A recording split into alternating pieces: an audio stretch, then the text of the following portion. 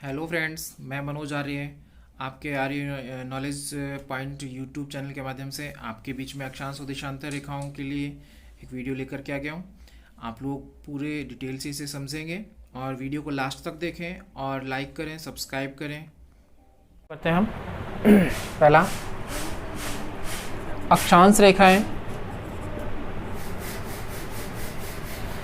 अक्षांश और दूसरा देशांतर। एक एक को लेकर चलेंगे। पहले अक्षांश रेखा के बारे में समझाऊंगा कि अक्षांश रेखाएं क्या होती हैं। डायग्राम्स के माध्यम से आप देखेंगे तो पहले इसकी छोटी सी परिभाषा कि ये हमारी पृथ्वी पर जो भूमध्य रेखा है, भूमध्य रेखा, ये रेखा भी एक अक्षांश रेखा है। इसे 0 डिग्री अक्षांश रेखा के नाम से भी जाना जाता है और इसे कहते हैं भूमध्य रेखा के समांतर खींचे जाने वाली रेखाओं को अक्षांश रेखाएं कहते हैं। भूमध्य रेखा के समांतर खींची जाने वाली रेखाओं को अक्षांश रेखाएं कहा जाता है। तो इसमें देखें तो ये अक्षांश रेखाएं भूमध्य रेखा के समांतर खींचती हैं। तो इसमें पहली जो बड़ी रेखा आती है वो आती है 23.5 डिग्री अक्षांश पर कर्क रेखा, कर्क रेखा। उसके बाद आती है यहाँ पर ये 66.5 डिग्री अक्षांश पर आप देखेंगे तो इसे कहते हैं आर्कटिक वृत्त, आर्कटिक वृत्त। और यहाँ आपके ये वाला 90 डिग्री उत्तरी ध्रुव, ये उत्तरी गोलार्ध में। इसी प्रकार से आप नीचे देखें दक्षिणी गोलार्ध में तो 23.5 डिग्री अक्षांश पर हम देखेंगे तो यहाँ मकर रेखा, 66.5 डिग्री अक्षांश पे अंटार्कटिक, अंटार्कटिक वृत्त किसे कहा जाता है। और यहीं अपना वही दक्षिणी ध्रुव। पृथ्वी को अक्षांश रेखाएं जो होती हैं, अक्षांश रेखाएं पृथ्वी को जलवायु कटिबंधों में बांटने का कार्य करती हैं। जैसे यहाँ देखें उत्तरी गोलार्ध, इस 0 डिग्री अक्षांश के ऊपर वाला ये उत्तरी गोलार्ध, इसके नीचे वाला ये दक्षिणी गोलार्ध। यहाँ 0 डिग्री है।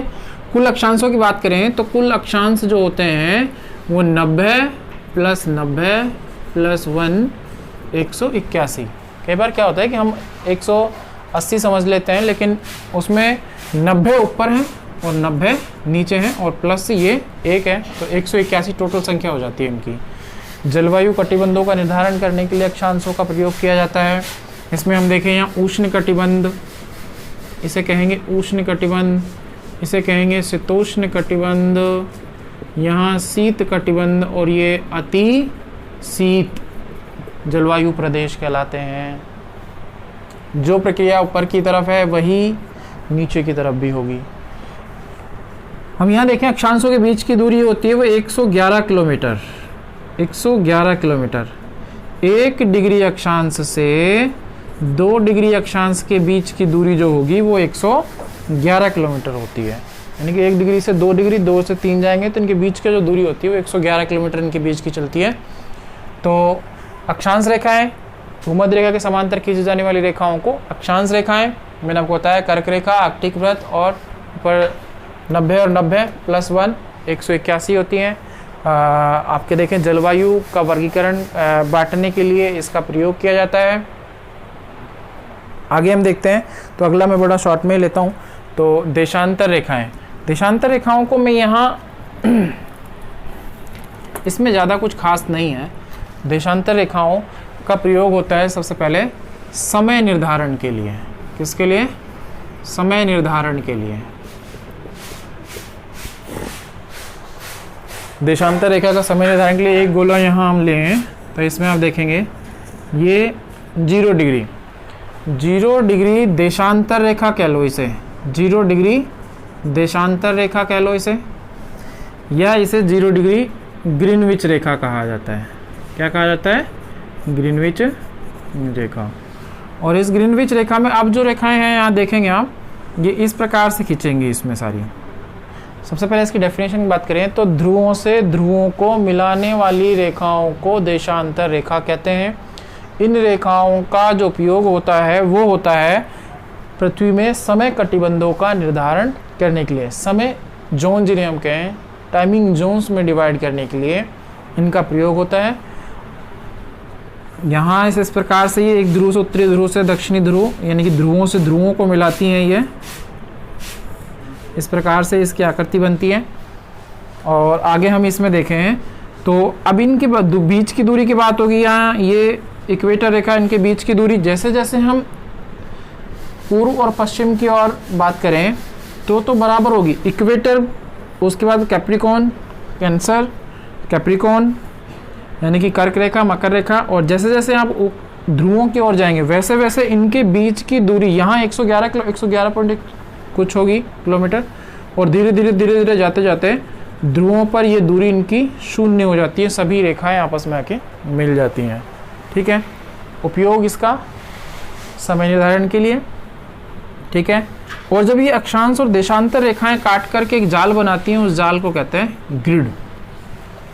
और यहाँ से हम देखें तो 1 डिग्री देशांतर रेखा को पार करने में, 1 डिग्री देशांतर को पार करने में 4 मिनट का समय लगता है। वो मैं अगला टॉपिक लूँगा, कुछ सवाल के माध्यम से समझाऊंगा कि समय का निर्धारण कैसे होता है।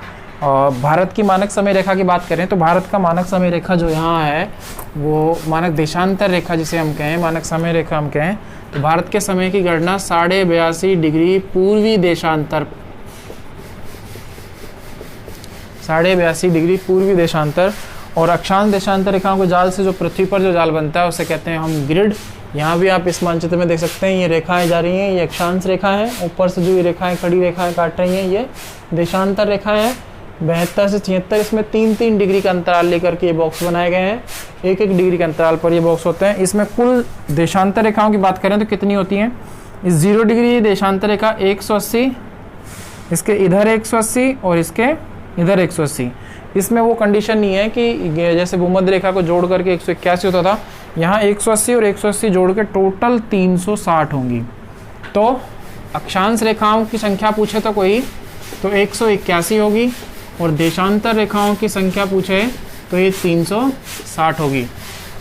ठीक है, ये आपका था अक्षांश और देशांतर रेखाएं। जो यहाँ अक्षांश रेखाएं जलवायु कटिबंधों के निर्धारण के लिए काम में आती हैं, देशांतर रेखाएं आपके समय निर्धारण के काम में आती हैं। इन अक्षांश देशांतर रेखाओं से जाल बनता है, उसे ग्रिड कहते हैं। 1 डिग्री देशांतर को पार करने में 4 मिनट का समय लगता है। 23.5 डिग्री, 66.5 डिग्री, और ये सारा मैंने आपको बताया।